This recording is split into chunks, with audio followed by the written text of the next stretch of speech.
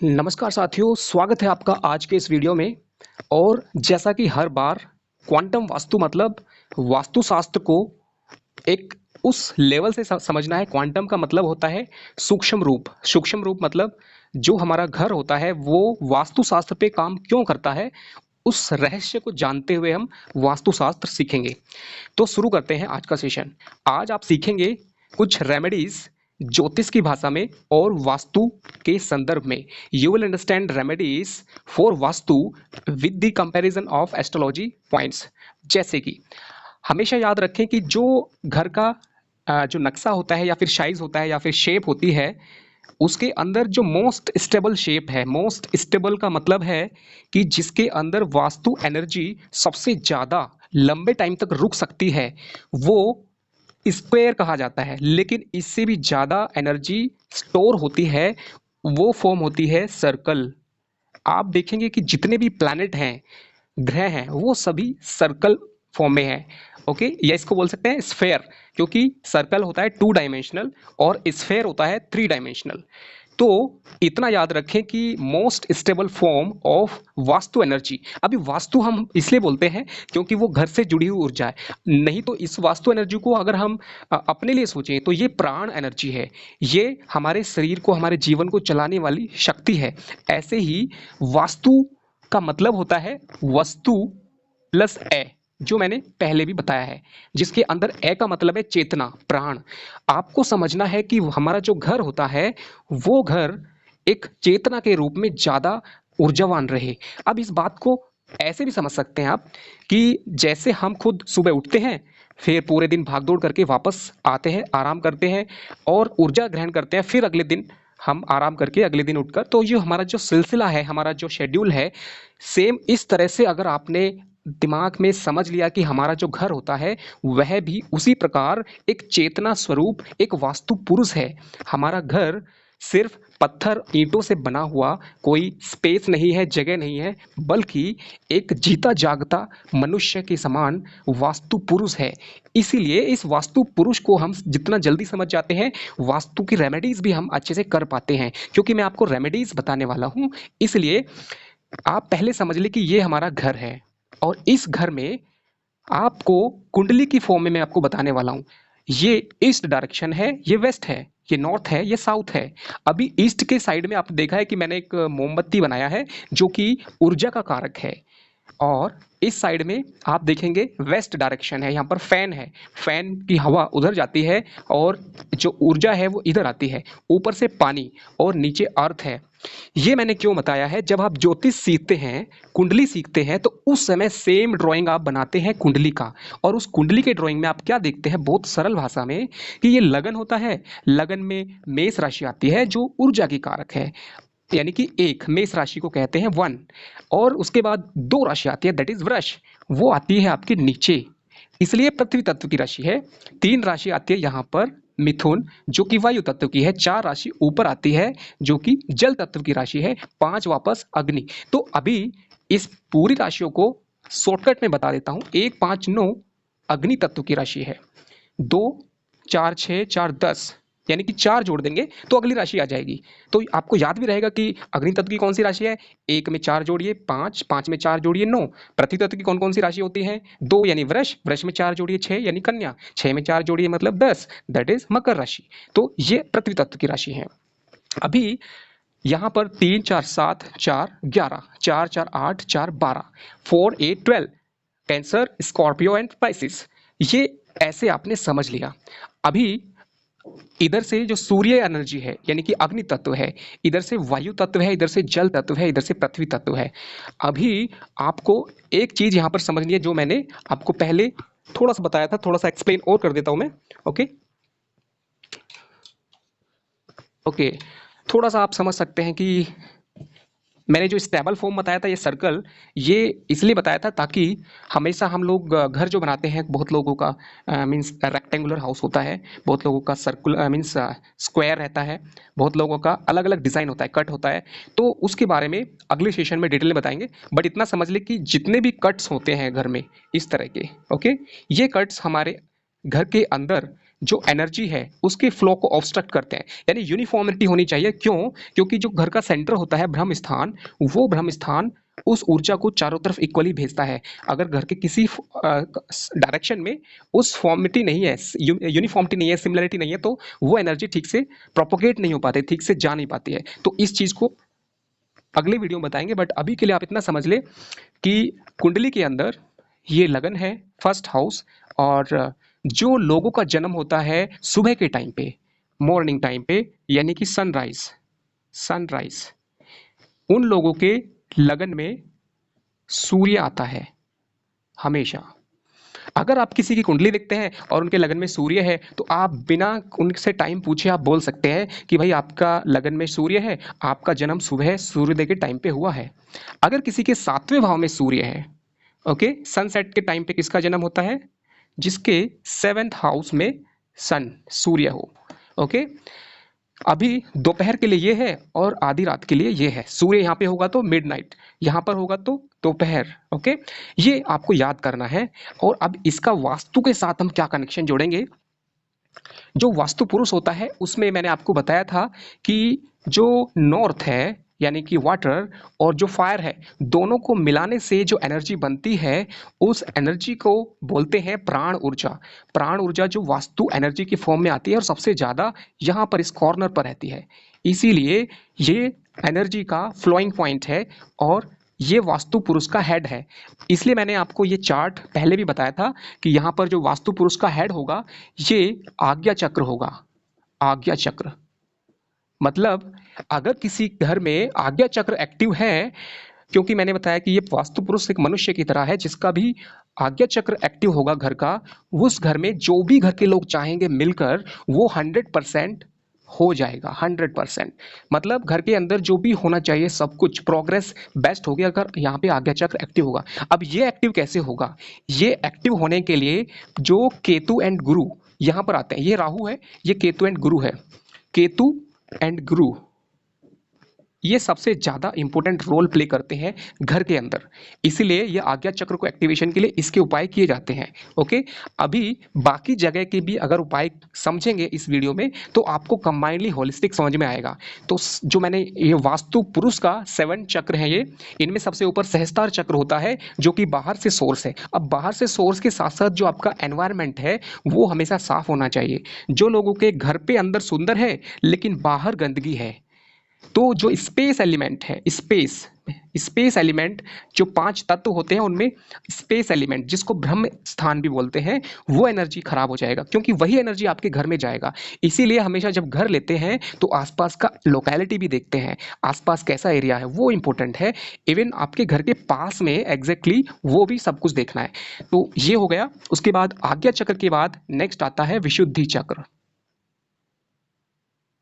विशुद्धि चक्र, आज्ञा चक्र को एक्टिवेट करने के लिए आपको गुरु और केतु का सबसे बड़ा योगदान है, लेकिन ये यहाँ पर ऊर्जा घर में ज्यादा आए उसके लिए चंद्रमा का रेमेडी करते हैं, ओके। तो अभी विशुद्धि चक्र हो गया, ये बुध का रेमेडी हो जाएगा। एंड उसके बाद आएगा अनाहत चक्र, ये शुक्र है, यानी कि इस घर के अंदर सुंदरता, ब्यूटी। विशुद्धि चक्र बुध का मतलब होता है घर के अंदर जो इलेक्ट्रॉनिक आइटम्स हैं, घर के अंदर जो डिवाइसेस हैं, घर के अंदर जो आइटम्स का अरेंजमेंट है वो बुध के अंडर में आता है, तो विशुद्धि चक्र स्ट्रांग हो जाएगा। आज्ञा चक्र को स्ट्रांग करने के लिए गुरु एंड केतु। केतु का मतलब क्या है कि आपके घर का जो कनेक्शन है दुनिया से, मतलब केतु का मतलब आप पहले समझ लें कि केतु जो होता है वो रिमोट कनेक्टिविटी देता है। किस तरह से? मतलब एक नॉर्मल सिंपल लैंग्वेज समझिए कि आपके घर में, आप घर में रहते हैं लेकिन आपके घर में मोबाइल का नेटवर्क ही नहीं है। आपके घर में अगर कनेक्टिविटी बहुत अच्छी है, बाहर किसी से भी बात करना है, कुछ भी आपका कम्युनिकेशन के लिए, और रिमोट कनेक्टिविटी का मतलब सिर्फ नेटवर्क से नहीं है। रिमोट कनेक्टिविटी में क्या क्या आता है? आपके घर के लोगों के बाहर के लोगों से कनेक्टिविटी कैसी है, मतलब संबंध, रिलेशनशिप कैसे हैं। और केतु का मतलब होता है जो भी बाहर की जो फैक्टर्स हैं घर के लिए, जैसे घर के लोग बाहर कहाँ जाते हैं, घर के लोग क्या जॉब करते हैं, घर के लोग का जो एनर्जी लेवल है वो कैसा है, वो सारा केतु है। और केतु जो है ये बियॉन्ड एनर्जी होती है। बियॉन्ड मतलब जो नॉर्मल हमें दिखती है एनर्जी, समझिए कि जो मैंने बताए थे 7 कलर्स, उनमें एक तरफ था राहु और एक तरफ केतु। ये बियॉन्ड एनर्जी है, मतलब जो चीजें हमें घर में दिखती नहीं है वो सारी ऊर्जा का मालिक केतु है। तो अनाहत चक्र से आगे बढ़ते हैं। ये शुक्र हो गया और उसके बाद आ गया स्वादिष्ठान।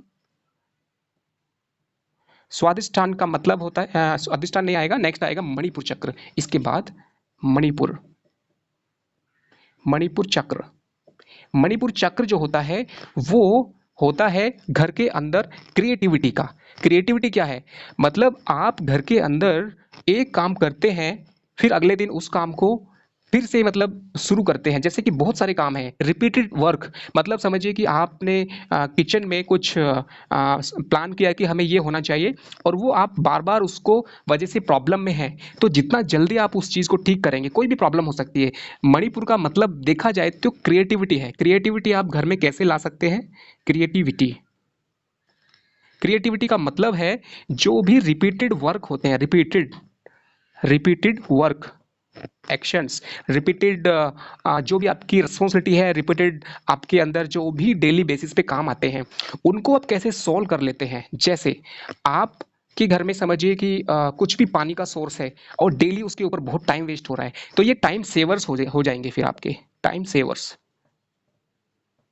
यानी कि घर में जितने भी चीज़ें हैं वो कितने टाइम सेवर्स हैं। जैसे कि अगर आपका बेडरूम है, उसको उसके जो अरेंजमेंट है या उसके जो सामान है, या फिर आपका ड्राइंग रूम है, आप डेली अननेसेसरी बहुत ज़्यादा मेहनत अगर करते हैं, वही चीज़ों को रिपीटेडली काम करते हैं, लेकिन आप हो सकता है कि दिमाग लगाकर उनको कम कर सकते हैं, तो क्रिएटिविटी बढ़ जाएगी, मणिपुर चक्र बढ़ जाएगा। और इसकी जो रेमेडीज़ हैं मैं लिखने के बाद बताने वाला हूँ सभी का। उसके बाद आता है स्वादिष्ठान चक्र। स्वादिष्टान चक्र का मतलब होता है जो वास्तु पुरुष यानी घर की जो ऊर्जा है वो आपके घर में घर के लोगों को कितनी हेल्पफुल है, कितनी मिल रही है। स्वादिष्टान को आप सिंपल वर्ड से समझे। स्वाद मतलब होता है कि जो एनर्जी आई, जैसे कि खाना आया, वो कितना आपके लोगों के लिए यूजफुल हो रहा है। समझिए कि घर में जो पैसा आता है वो कितना यूजफुल है, घर में जो फैसिलिटीज़ है, कंफर्ट्स है, वो कितना यूजफुल है।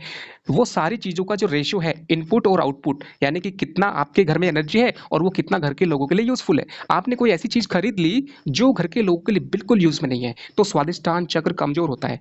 तो इसके लिए मैं आगे नेक्स्ट आता है मूलाधार चक्र। मूलाधार का मतलब है राहु के नजदीक वाला चक्र। एक चीज और मैं आपको बताना चाहूंगा मूलाधार की खासियत। मूलाधार का मतलब है basic requirement, basic need of the house. ये इसके अंदर सब कुछ आता है, मतलब जो बेसिक मिनिमम आपके घर पे रिक्वायरमेंट है वो सारी इंपॉर्टेंस की चीज़ें कभी कभी हम उनका इम्बैलेंस कर देते हैं। मतलब जो बेसिक चीज़ है वो नहीं है और जो इंपॉर्टेंट नहीं है, यूजफुल के घर के लिए यूज़ नहीं है, वो घर में रखी है जिसका यूज़ भी नहीं हो रहा है। तो मूलाधार को आपको एक्टिव करना है इस तरह से। जैसे कि हमारा वास्तु जो घर है वो वास्तु पुरुष है, और वास्तु पुरुष के लिए जो जो चीज़ें इंपॉर्टेंट है उसको कैसे समझेंगे। अब मैं आपको रेमेडीज बताता हूँ। ओके, तो रेमेडीज के लिए स्टार्ट करते हैं सबसे ऊपर। आप प्लैनेट वाइज भी देख सकते हैं। नंबर 1 सन, सूर्य। सूर्य का जो रेमेडी है, इसको हटा के मैं थोड़ा बड़ा लिखता हूं क्योंकि ओके, नंबर 1 सूर्य का जो रेमेडी है। ओके, हमेशा आपका जो घर का लुक है, नंबर 2, एक तो घर का लुक हमेशा सूर्य को स्ट्रोंग करता है।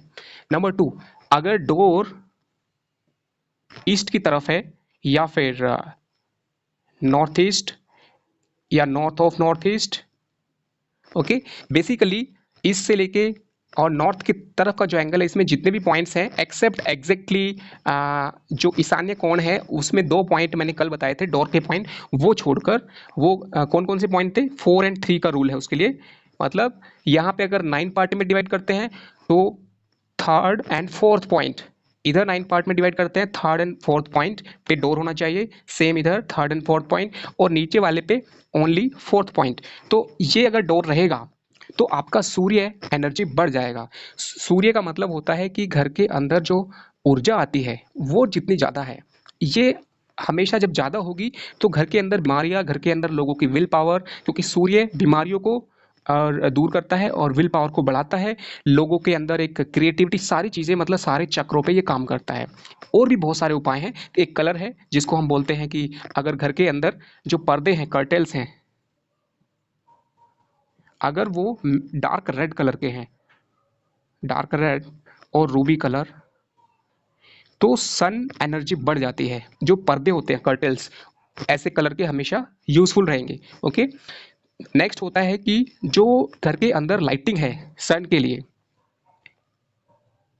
लाइटिंग मतलब प्रकाश, घर के अंदर अगर नॉर्मली बहुत अच्छा लाइटिंग है हर जगह पे, अगर कहीं पर भी डार्क है घर के अंदर, तो वो हमेशा सैटर्न की नेगेटिव एनर्जी को बढ़ाता है। ओके। उसके बाद अगर डार्क रहेगा तो वहां पर क्या होगा, मॉइस्चर आएगा। मॉइस्चर से क्या आएगा, मून, चंद्रमा कमजोर होगा उस पॉइंट का, उस जगह का। और इसके बाद वहां पर अगर इंसेक्ट होते हैं, कीड़े होते हैं, जो कि दिखते नहीं, हमें लगेगा सब कुछ साफ है, लेकिन मॉइस्चर के अंदर कीड़े होते हैं जिसको हम बोल सकते हैं कि बैक्टीरिया वहां पे इफेक्ट कर सकता है, बैक्टीरिया। ये भी केतु का कारक होता है। केतु का मतलब major factor to reduce energy of Ketu. आप कितना भी घर में अच्छा एनर्जी आ रहा है, घर में मॉइस्चर है, घर में समझिए कि बहुत ज़्यादा अंधेरा रहता है कहीं पे, वो डार्क एनर्जी है। ठीक है। सूर्य का नेक्स्ट उपाय है, जो घर के अंदर ओल्ड आइटम्स हैं वो हमेशा या तो होने नहीं चाहिए, हो तो कवर्ड होने चाहिए। कवर्ड मतलब ढके हुए और सामने ना हो, वो हमेशा छुपा के रखने चाहिए। क्योंकि कंटिन्यूसली कोई भी आइटम जो होता है वो एनर्जी को ट्रांसमिट करता है। कोई भी चीज़ आपके घर में अगर समझिए कि कुछ भी घर में सामने रख दिया, कुछ भी, वो अपने आप एक एनर्जी को ट्रांसमिट करता है। वो जैसा है वैसी ही एनर्जी ट्रांसमिट करेगा। अच्छी चीज़ होगी तो अच्छी एनर्जी ट्रांसमिट करेगी। ओके। सो सूर्य के समझ में आ गया आपको। इसके अलावा अगर घर के सभी लोग सूर्य नमस्कार, सूर्य नमस्कार, और समझिए कि सूर्य का मतलब होता है कि समय पर उठना, बायोलॉजिकल क्लॉक। आपका जो घर है वो वास्तु पुरुष, वो भी आपकी तरह सुबह उठता है। जब आप सो जाते हैं वो भी सो जाता है, यानी कि उसको भी एक एनर्जी हीलिंग होती है। सोने का मतलब है हीलिंग से। ओके। यानी कि आप इसको निगेटिव ना ले कि घर हमारा सो गया है, ऐसा कुछ नहीं है। सोने का मतलब है कि वो एक तरह से उसके अंदर एक कामनेस आ जाती है, कूलनेस आ जाती है, और उसकी वजह से हीलिंग होती है। ओके। घर के अंदर अगर सभी लोग एक दूसरे का रेस्पेक्ट करें, रेस्पेक्ट लाइक सन, जैसे कि एक राजा का रेस्पेक्ट किया जाता है, यानी कि घर के अंदर अगर रेस्पेक्ट है तो सूर्य बहुत ही पावरफुल होगा, और घर के जो वास्तु दोष हैं सभी वास्तु दोष पे फर्क पड़ेगा। ये मैं जो भी रेमेडीज बता रहा हूँ आप इनको नोट कर लेना, बहुत ही इफेक्टिव रेमेडीज हैं। घर के लोग अगर रेस्पेक्ट करते हैं एक दूसरे का, और वहां पर वो एनर्जी सूर्य एनर्जी की फॉर्म में काम करेगी। ओके। ऐसे बहुत सारी रेमेडीज है, बट इतना आप याद रखें, बाकी बाद में बताऊंगा। अभी चलते हैं चंद्रमा के ऊपर। चंद्रमा की रेमेडीज नंबर 1, आप याद रखें कि जो बाहर से ऊर्जा आती है और घर को, वास्तु पुरुष को मिलती है, उसके बीच में जो लिंक है, उसके बीच में जो कड़ी है, उस कड़ी का नाम है चंद्रमा। जैसे घर के जो मालिक होता है पिता, और घर के अंदर जो सब कुछ मैनेजमेंट करने वाली होती है माता, तो पिता सूर्य की तरह है और माता चंद्रमा है। यानी कि कोई भी बात बच्चे अपने पिता से नहीं बोल सकते डायरेक्टली, वो माता को बोलते हैं। या फिर ये बोलिए कि घर में जो भी होता है उसमें चंद्रमा का रोल सबसे बड़ा है। सूर्य का रोल है ऊर्जा को लाके दे देना, लेकिन वो कितनी इस्तेमाल होती है उसका जो रेमेडी है वो चंद्रमा है। चंद्रमा जितना मजबूत होगा, और चंद्रमा का मतलब सिर्फ माता से नहीं है, चंद्रमा के बहुत सारे फैक्टर्स हैं, वो मैं अभी बताने वाला हूँ, आप नोट कर लें। चंद्रमा के उपाय में आपको समझ में आया कि चंद्रमा का इंपॉर्टेंस क्या है। नंबर 1 रेमेडी, चंद्रमा का सबसे पहला उपाय है कि emotional factor. Emotional factor vastu पुरुष का क्या हो सकता है। जो वास्तु पुरुष है, घर है, अगर घर का हर सदस्य दरवाजे पर होकर घर को नमन करे, घर एक भावना रखे, एक अटैचमेंट रखे, प्यार रखे, घर से एक लगाव रखे, तो अपने आप वहां पर चंद्रमा की ऊर्जा उस घर की बढ़ जाएगी। घर में अगर 5 सदस्य हैं और वो जब भी घर पे आते हैं तो घर को मंदिर समझते हैं, तो अपने आप बार बार जब हम अंतरात्मा से, दिल से अपने घर को उस तरह से भावना से अटैच हो जाते हैं, तो वो भावना लगातार उसी रूप में बढ़ जाती है। जैसे हम मंदिर में जाते हैं, शुरुआत में जो पत्थर की मूर्ति रखी गई थी, जब हम उससे लगाव करना शुरू करते हैं तो वही मूर्ति हमें ऊर्जा देना शुरू कर देती है। ऐसे ही हमारा घर है, ऐसे ही वास्तु पुरुष है। तो ये इमोशनल फैक्टर बहुत जरूरी है घर के लोगों का अपने घर के प्रति। ओके, इसके लिए आप क्या कर सकते हैं कि जो मेन डोर होता है घर का, वहां पर घर का जो डोर है उसके पास में कहीं पर भी आप, अगर घर बना नहीं है, नया बना है, तो घर के जो मेन डोर फ्रेम है उसके चारों तरफ एक तांबे की पट्टी, जो कि डोर फ्रेम से हाफ साइज की हो। अगर डोर इतना है उसकी चौड़ाई, तो एक नॉर्मल पट्टी तांबे की पतली प्लेट 1 mm थिकनेस मिनिमम, आप उसको चारों तरफ लगाएंगे। इससे क्या होगा कि जो घर के अंदर बैड एनर्जी होगी वो फिल्टर हो जाएगी। आप याद रखें, जिस तरह से आपके, समझिए कि एक मोबाइल होता है उसमें एंटीवायरस होता है, ऐसे ही घर के लिए एंटीवायरस होता है घर का दरवाजा। एंटीवायरस उस घर के दरवाजे की एनर्जी बढ़ाने के लिए बहुत सारे तरीके हैं। एक मैंने तांबे का तार बताया है। अगली रेमेडी है एंटीवायरस इफेक्ट लाने के लिए घर के लिए, वो है अगला उपाय, जो कि उसको बोल सकते हैं कि शुभ चिन्ह घर के दरवाजे पर होने चाहिए। जैसे कि शुभ लाभ, स्वास्तिक। और ये सिर्फ लिखने से और लगाने से नहीं होता है, इनको टाइम टू टाइम आपको पूजा हवन के माध्यम से एनर्जी लानी पड़ती है। समझिए कि आपने जो आम के पत्ते लगाते हैं उनको पहले पूजा की जाती है। डायरेक्टली आम के पत्ते नहीं बांधने चाहिए, पहले उनको घर पर जो हवन हो रहा है वहाँ पे पूजा होती है, प्राण प्रतिष्ठा, उसके बाद वो लगाते हैं। ऐसे ही स्वास्तिक है। और सूर्य का एक उपाय भी मैं आपको बताना भूल गया था, वो है कि सूर्य आपको समझिए कि जो तांबे का अगर आपको मिल जाए इस फॉर्म में, चाहे वो कितना भी छोटा क्यों ना हो, ओके, आपको तांबे का सूर्य का प्रतीक इस तरह से आप इसको ईस्ट डायरेक्शन में या फिर वेस्ट में, जो कि ये विजिबल होना चाहिए, पूर्व की दिशा में या पश्चिम की दिशा में, वहाँ पर आप लगा सकते हैं। और इसमें ज़्यादा इस तरह से नहीं सोचना है कि इसको कहाँ पे लगाएं।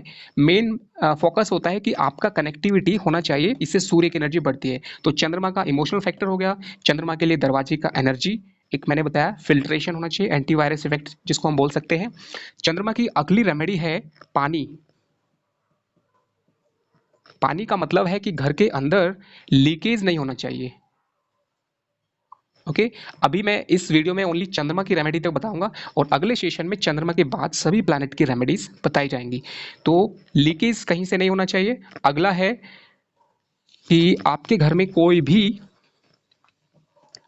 जो लीकेज होता है, लीकेज का क्या फैक्टर है? लीकेज का फैक्टर है कि जो पानी होता है वो अगर आपके जो मतलब पानी का जो फ्लो है वो अगर कहीं पे ब्लॉक है,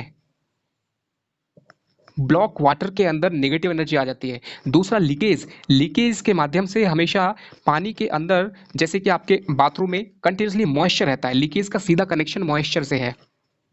मॉइस्चर, जितना भी खुला पानी घर में फैलता रहेगा कंटिन्यूसली, उसकी वजह से मॉइस्चर आएगा, मॉइस्चर से चंद्रमा कमजोर होगा, और उसके अंदर फिर राहु का इफेक्ट आएगा, क्योंकि वहाँ पे जो जम्स हैं, बैक्टीरियल इफेक्ट आ जाएगा मॉइस्चर की वजह से। और मॉइस्चर की एक क्वालिटी होती है कि उसके अंदर जितना भी ऑक्सीजन लेवल है आपके घर का, उसको कम कर देता है हमेशा, क्योंकि मॉइस्चर के अंदर H2O है, और वो घर के अंदर जो ऑक्सीजन है उस ऑक्सीजन के साथ मैच हो जाएगा, और ऑक्सीजन का लेवल वहाँ पे आप देखेंगे कि after some time health issues बढ़ जाएंगे मॉइस्चर की वजह से।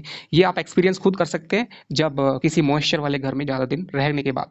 ओके, ये हो गया चंद्रमा का रेमेडीज। नेक्स्ट चंद्रमा की रेमेडीज क्या है कि कलर वाइज हमेशा लाइट कलर का इस्तेमाल करें। लाइट कलर, लाइट कलर अगर घर पे रहेगा तो वो मैक्सिमम बैड एनर्जी को रिफ्लेक्ट कर देगा। ओके, अगर समझिए आपने ब्लैक कलर कर दिया घर में या कहीं पे भी, तो ये क्या करेगा, ये सारी नेगेटिव एनर्जी को एब्जॉर्ब कर लेगा। अगर आसपास भी कुछ एनर्जी नेगेटिव होगी वो सब वहां पर अट्रैक्ट हो जाएगी। तो black is not a good for vastu energy. And finally for the moon, this is not a good luck colour, that is black. इसलिए हमेशा लाइट कलर करना चाहिए। कोई भी शेड ले सकते हैं, शेड अकॉर्डिंग टू योर लग्न लॉर्ड, जो भी आपका ऑस्पिशियस प्लैनेट है उसके हिसाब से भी ले सकते हैं, बट सिंपली याद रखें light colours, that is also moon remedy. ये चंद्रमा का उपाय है। अगला उपाय चंद्रमा का, अगर लगन कुंडली के हिसाब से देखें तो चौथा भाव कर्क राशि बनता है और यहाँ पर इसका मालिक है चंद्रमा। तो घर के अंदर जो कंफर्ट लेवल है, कंफर्ट लेवल,